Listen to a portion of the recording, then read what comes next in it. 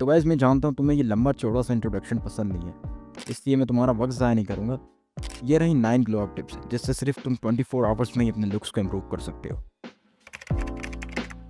सुबह सुबह तुम्हारे चेहरे पर पफीनेस आना नॉर्मल है, और सुबह उठकर चेहरे पर आइसिंग करने से पफीनेस भी ख़त्म होती है।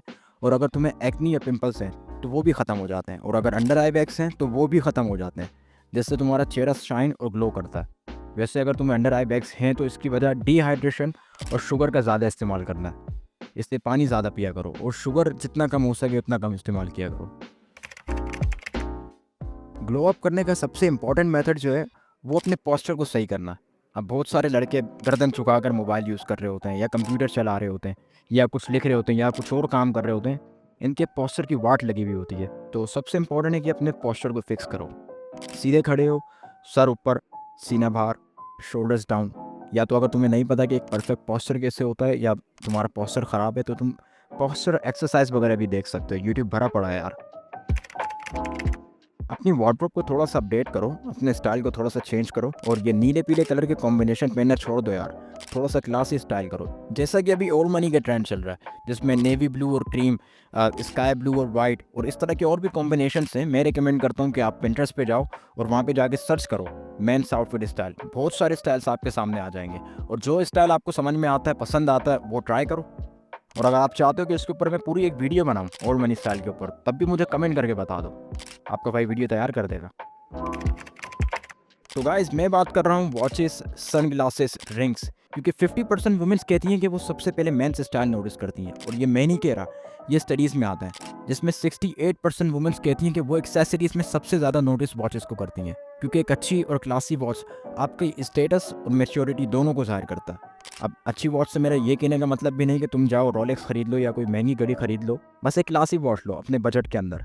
सन ग्लासेस लगाने से तुम्हारा फेस और भी ज़्यादा सिमेट्रिकल लगता है, बिल्कुल मॉडल्स की तरह, और तुम्हारे फेस पर अटेंशन भी ड्रॉ करता है। और अगर तुम्हारे अंडर आई बैग्स हैं तो ग्लासेस लगाने से अंडर आई बैग्स भी छुप जाते हैं। तो मेरे हिसाब से ये एक अच्छी इन्वेस्टमेंट है, जैसे तुम बाहर जाते वक्त इस्तेमाल कर सकते हो। और मैं रिकमेंड करता हूँ कि कुछ बेसिक सी रिंग्स और चेन।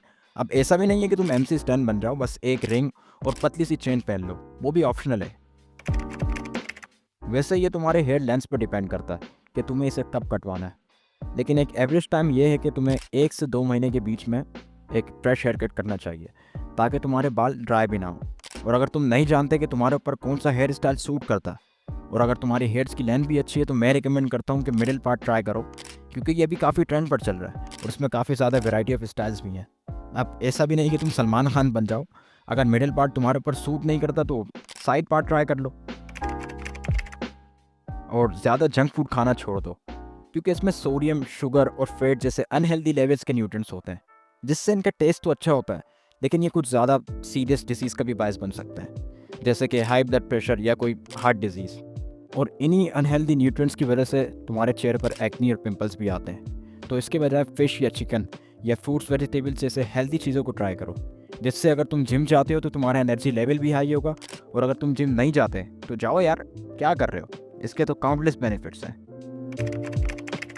अगर तुम्हारी दाढ़ी और मूछें हैं तो इसका भी ख्याल रखा करो यार कि ये फ्रेश और स्टाइल्ड है या नहीं, क्योंकि काफ़ी लोगों की यार दाढ़ी मूछ नहीं होती और ये तरसते हैं इसके लिए। और काफ़ी लोग ये भूल जाते हैं कि तुम्हारी आईब्रोज भी तुम्हारे फेशियल केयर का ही पार्ट होती है, और थिक और डार्क आईब्रोज अट्रैक्टिव और मस्कुलिनिटी के भी साइन होती है। और अगर तुम अपनी आईब्रोज को थिक करना चाहते हो तो मैं रिकमेंड करता हूँ कि डेली रात को सोने से पहले रोज़मेरी ऑयल यूज़ किया करो अपनी आईब्रोज के ऊपर, जिससे तुम्हारी आईब्रोज डार्क और थिक दोनों हो जाएंगी। तुम लोगों ने म्यूइंग के बारे में तो काफ़ी लोगों से सुना होगा, क्योंकि म्यूइंग आपकी जॉ लाइन में काफ़ी डिफरेंस लाती है। अब म्यूइंग भी एक प्रॉपर बॉडी पोस्चर की तरह टंग पोस्चर होता है, जिसमें तुम अपनी ज़ुबान को रूफ के साथ रेस्ट मोड पर रखते हो, जिससे तुम्हारी जॉ लाइन इंप्रूव होती है। और च्युइंग गम से तुम्हारे जॉ मसल्स स्ट्रॉन्ग होते हैं और फेशियल स्ट्रक्चर भी इंप्रूव होता है। ये देखो before and after results mowing के। जब तुम अपनी ड्राई स्किन पर परफ्यूम करते हो तो इस परफ्यूम की लास्टिंग ज़्यादा देर तक नहीं टिकती। अब ये ऐसा समझ लो कि तुम किसी ड्राई ज़मीन पर पानी डाल रहे हो, इसलिए मेक श्योर करो कि परफ्यूम यूज़ करने से पहले तुम्हारी स्किन हाइड्रेटेड हो। अब मैं तुम्हें एक हैक बताता हूँ। परफ्यूम की लास्टिंग ज़्यादा देर तक करने के लिए सबसे बेहतर तरीका ये है कि परफ्यूम यूज़ करने से पहले किसी बॉडी लोशन, मॉइस्चराइज़र या वेस्लीन से अपनी स्किन को मॉइस्चराइज कर लो और फिर परफ्यूम यूज़ करो। तो गाइज़ आज के लिए बस इतना ही। बाकी मुझे कमेंट करके बता देना कि अगली वीडियो किसके ऊपर आनी चाहिए। Peace out.